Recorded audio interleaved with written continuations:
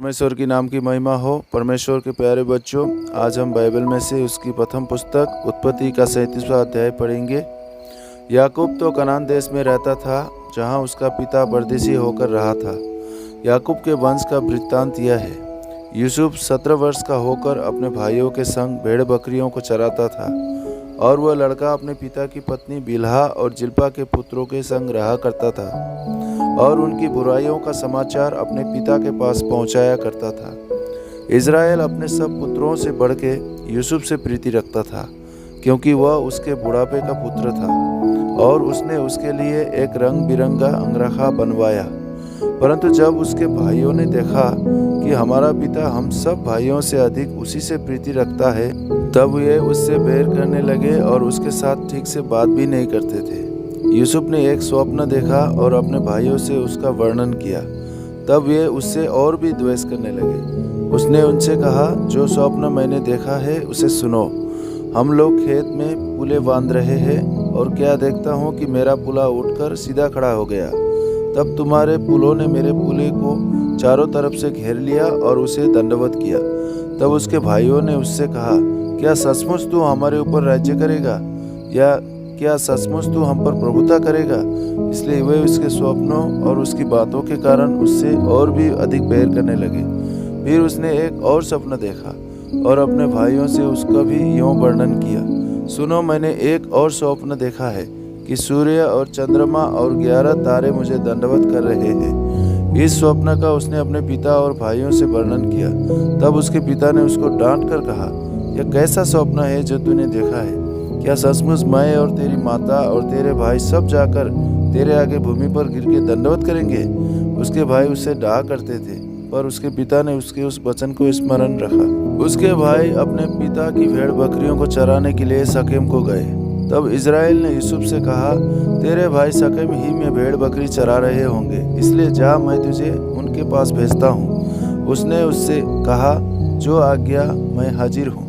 उसने उससे कहा, जा अपने भाइयों और भेड़ बकरियों का हाल देखा कि वे कुशल से तो हैं, फिर मेरे पास समाचार ले आ। अतः उसने उसको हेब्रोन की तराई में विदा कर दिया, और वह शकेम में आया। और एक मनुष्य ने उसको मैदान में इधर उधर भटकते हुए पाकर उससे पूछा, तू क्या ढूंढता है? उसने कहा, मैं अपने भाइयों को ढूंढता हूँ, कृपया मुझे बता कि वे भेड़ बकरियों को कहाँ चरा रहे हैं। उस मनुष्य ने कहा, वे यहाँ से चले गए हैं, और मैंने उनको यह कहते सुना, आओ हम दोतान को चलें। इसलिए यूसुफ अपने भाइयों के पीछे चला और उन्हें दोतान में पाया। ज्यों ही उन्होंने उसे दूर से आते देखा, तो उसके निकट आने से पहले ही उसे मार डालने का षड्यंत्र रचा। और वे आपस में कहने लगे, देखो वह स्वप्न देखने वाला आ रहा है, इसलिए आओ हम उसको घात करके किसी गड्ढे में डाल दे, और यह कह देंगे कि कोई बनेला पशु उसको खा गया। फिर हम देखेंगे कि उसके स्वप्नों का क्या फल होगा। यह सुन के रूबेन ने उसको उनके हाथ से बचाने के विचार से कहा, हम उसको प्राण से तो ना मारे। फिर रूबेन ने उनसे कहा, लहू मत बहाओ, उसको जंगल में इस गड्ढे में डाल दो, और उस पर हाथ मत उठाओ। वह उसको उनके हाथ से छुड़ाकर पिता के पास फिर पहुंचाना चाहता था। इसलिए ऐसा हुआ कि जब यूसुफ अपने भाइयों के पास पहुंचा, तब उन्होंने उसका रंग बिरंगा अंगरखा जिसे वह पहने हुए था उतार लिया, और यूसुफ को उठाकर गड्ढे में डाल दिया। वह गड्ढा सूखा था और उसमें कुछ जल न था। तब वे रोटी खाने बैठ गए, और आंखें उठाकर क्या देखा कि इस्माइलियों का एक दल ऊँटों पर सुगंध द्रव्य, बलशान और गंधरस लादे हुए गिलाद से मिस्र को चला जा रहा है। तब यहूदा ने अपने भाइयों से कहा, अपने भाई को घात करने और उसका खून छिपाने से क्या लाभ होगा? आओ हम उसे इस्माइलियों के हाथ बेच डालें, और अपना हाथ उस पर न उठाएं, क्योंकि वह हमारा भाई और हमारी ही हड्डी और मांस है। और उसके भाइयों ने उसकी बात मान ली। तब मिद्यानी व्यापारी उधर से होकर उनके पास पहुंचे। अतः यूसुफ के भाइयों ने उसको उस गड्ढे में से खींच के बाहर निकाला, और इस्माइलियों के हाथ चांदी के 20 टुकड़ों में बेच दिया, और वे यूसुफ को मिस्र ले गए। रूबेन ने गड्ढे पर लौटकर क्या देखा कि यूसुफ गड्ढे में नहीं है, इसलिए उसने अपने वस्त्र फाड़े और अपने भाई के पास लौटकर कहने लगा, लड़का तो नहीं है, अब मैं किधर जाऊं?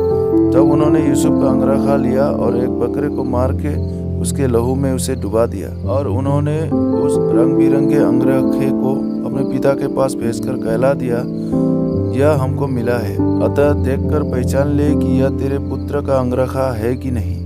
उसने उसको पहचान लिया और कहा, हाँ, यह मेरे पुत्र ही का अंगरखा है।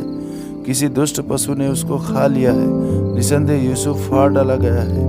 तब याकूब ने अपने वस्त्र फाड़े और कमर में टाट लपेटा और अपने पुत्र के लिए बहुत दिनों तक विलाप करता रहा। उसके सब बेटे बेटियों ने उसको शांति देने का प्रयत्न किया, पर उसको शांति न मिली और वह यही कहता रहा, मैं तो विलाप करता हुआ अपने पुत्र के पास अधोलोक में उतर जाऊंगा। इस प्रकार उसका पिता उसके लिए रोता ही रहा। इस बीच मिद्यानियों ने यूसुफ को मिस्र में ले जाकर पोतीपर नामक फिरौन के एक हाकिम और अंगरक्षकों के प्रधान के हाथ बेच डाला। परमेश्वर की नाम की महिमा हो।